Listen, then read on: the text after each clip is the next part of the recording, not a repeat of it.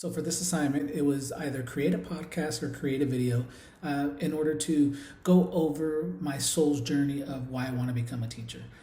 So I chose to do a video, and I'm going to answer 5 questions as to why I'm choosing to become a teacher.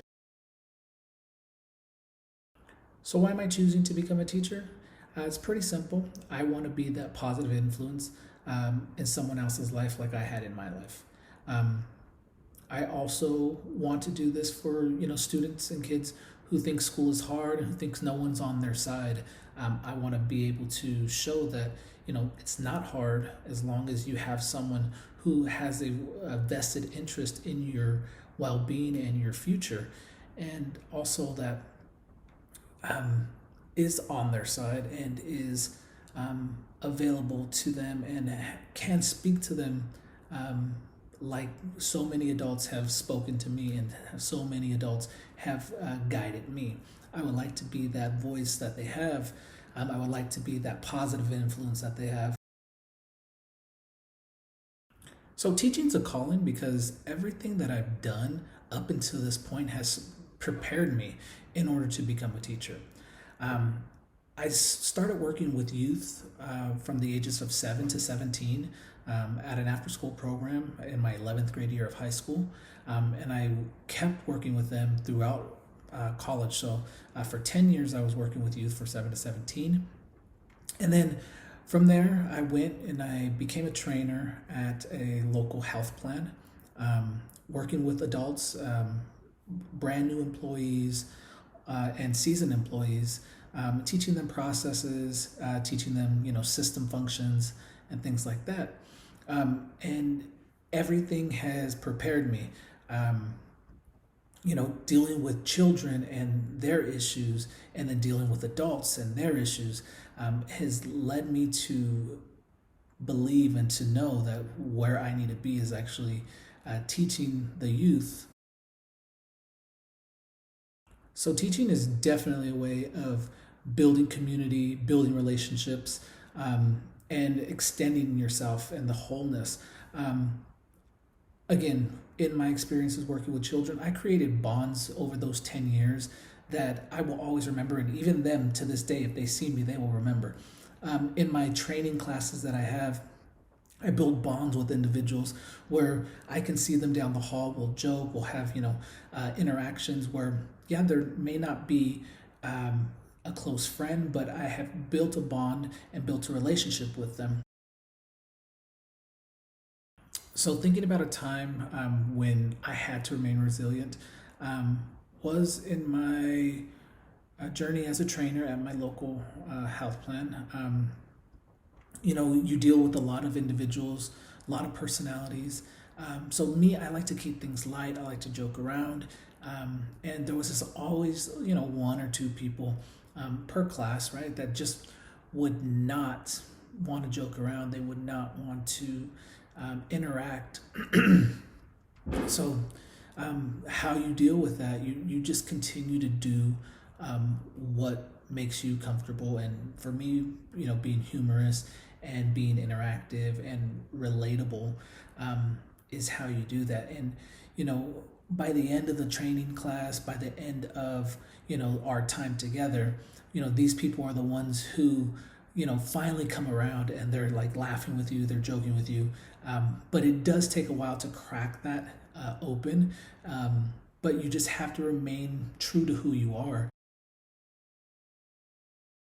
So some ways that I think I'm going to have to show resiliency being a teacher is basically trying to get that input and buy-in from your kids. Like, I'm going to think that something's going to be awesome and it's going to be amazing lesson that we're going to do, and they're just going to look at me with a blank stare. So I'm going to have to know that this is the typical response, and I'm going to still have to do everything in my power to get that buy-in from. Another way I'll try to exercise resiliency is just to stay in the know of certain things, stay in the know of what's current. So then that way I'm not the teacher that everyone just, they make fun of and things like that. You want to be in the know, and you want to be able to be aware of what's going on in the community, in the culture that your students are engaged in. So if you can utilize this especially with your lessons and things like that, it makes the class more immersive. It makes the class more um, attainable, and the students will actually buy into it because you're incorporating things that they do on a daily basis. If I had a lesson plan right now, I'd incorporate, Instagram or Twitter or things like that in order for them to utilize these social media platforms that they already use on a daily basis. So now it's actually getting what they know and putting an educational spin on it. So then that way it makes it relevant to the world that we're living in right now.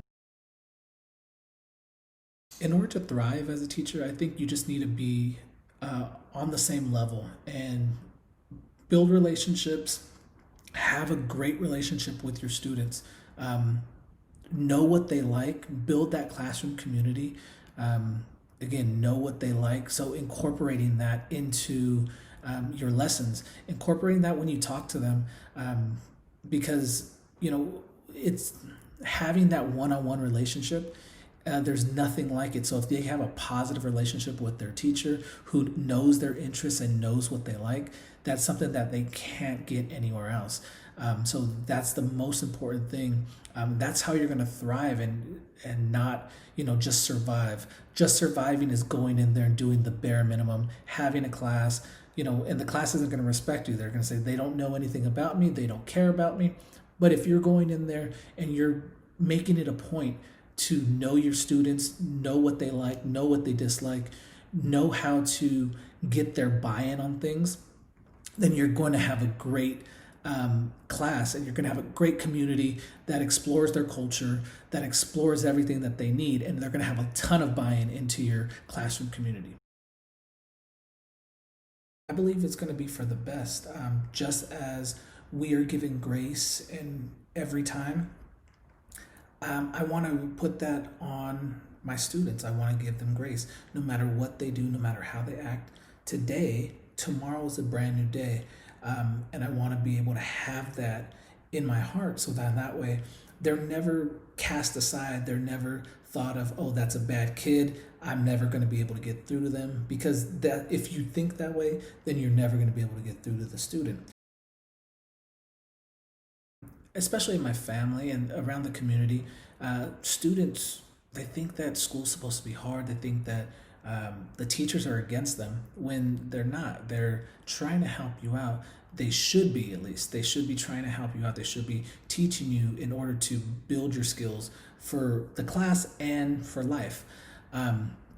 So I think that is something that, in my culture where the students are not so much afraid of the teacher, but maybe don't respect them, or they just think that they're against them.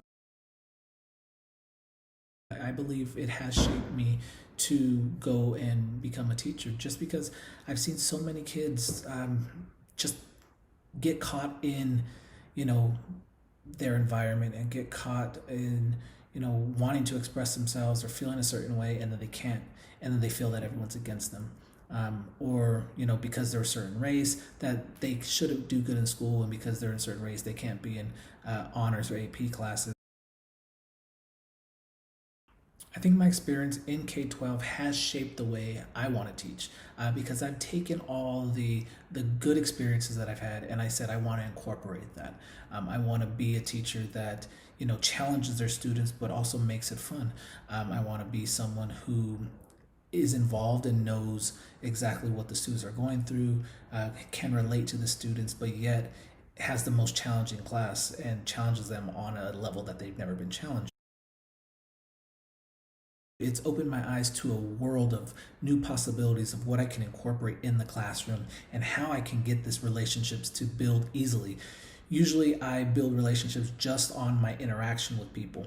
However, in a classroom setting, it's going to be a lot more difficult, but I can be intentional by, creating get to know you activities. I can be intentional by including that in your curriculum. I can be intentional by incorporating technology that they use currently in order to have them, submit work and explore the things that they do already. Incorporate videos, incorporate social media, in order to have them have that buy-in. So those are the answers to the questions as to why I want to be a teacher. I feel everything in my educational journey so far is preparing me in order to go into my first year as a teacher and really build relationships and build these students and have a positive relationship, positive community in the classroom.